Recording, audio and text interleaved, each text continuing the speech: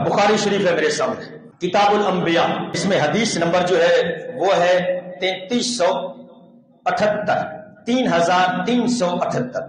اور 3389 حدیث نمبر، ان دونوں کے اندر میں 3389 حدیث آپ کے سامنے پیش کر رہا ہوں۔ حضرت عبداللہ ابن عمر اس کے راوی ہیں، کہتے ہیں ان الناس نزلوا مع رسول اللہ صلی اللہ علیہ وسلم ارض ثمود الحجر۔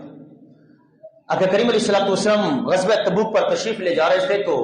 سمود قوم پر جہاں عذاب ہوا تھا حضور وہاں سے گزرے، اس جگہ سے گزرے تو میرے آقا ایک تو جلدی سے گزر گئے، اور میرے آقا نے جب وہاں سے حضور کا گزر ہوا تو صحابہ نے کیا کیا، اس جگہ ایک کنواں تھا وہاں سے پانی لے لیا، وہاں سے پانی لیا، پانی بھی لیا اور پیا بھی اور آٹا بھی گوندا، بھر بھی لیا اور آٹا بھی گوند لیا۔ میرے آقا کریم علیہ الصلوۃ والسلام نے فرمایا کہ جو پانی یہاں سے بھرا گیا اسے گرا دو، اس جگہ کو نسبت ان کے ساتھی جن پر رب کا عذاب نازل ہوا تھا، فرمایا اس جگہ سے پانی نہیں لینا ہے، نکل جاؤ۔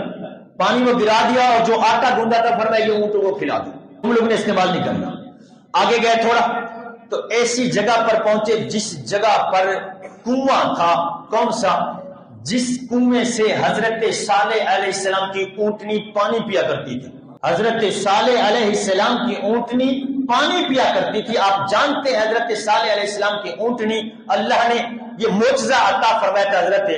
صالح علیہ السلام کو کہ وہ پتھر سے پیدا کی گئی، ان کو پتھر سے پیدا کیا، یہ معجزہ تھا ان کا۔ اور وہ اونٹنی جس کنویں سے پانی پیتی، میرے آقا نے فرمایا یہاں سے پانی پیو بھی اور یہاں سے پانی اپنی سواری کو پلاؤ اور یہاں سے پانی بھر کے جناب اپنے آٹا گوندنا جو کرنا ہے مرضی آپ کرو۔ معلوم ہوا کہ جس جگہ کو نسبت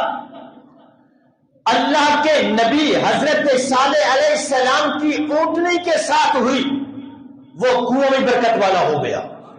اور وہاں سے برکت حاصل کرنے کے لیے میرے نبی نے حکم دیا کہ یہاں سے پانی بھرو۔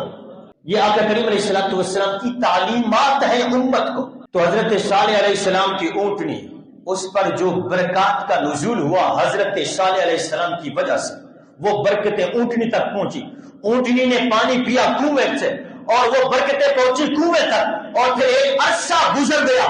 حضرت صالح علیہ السلام کی اونٹنی بھی دنیا سے چلی گئی اور عرصہ بیت گیا، وہ کنواں پڑا ہوا ہے، لیکن اس کے باوجود بھی وہاں سے میرے حضور نے فرمایا کہ پانی پیو، یہاں سے بھرو، برکتیں آج بھی جاری ہیں۔ تو آج جب ہم بے شفا سے پانی لیتے ہیں کہا جاتا ہے جناب یہ تو عرصہ ہو گیا تھا، اب کدھر سے یہ پاگل ہو گئے ہیں؟ میں نے کہا ہاں ہمیں یہ پاگل پر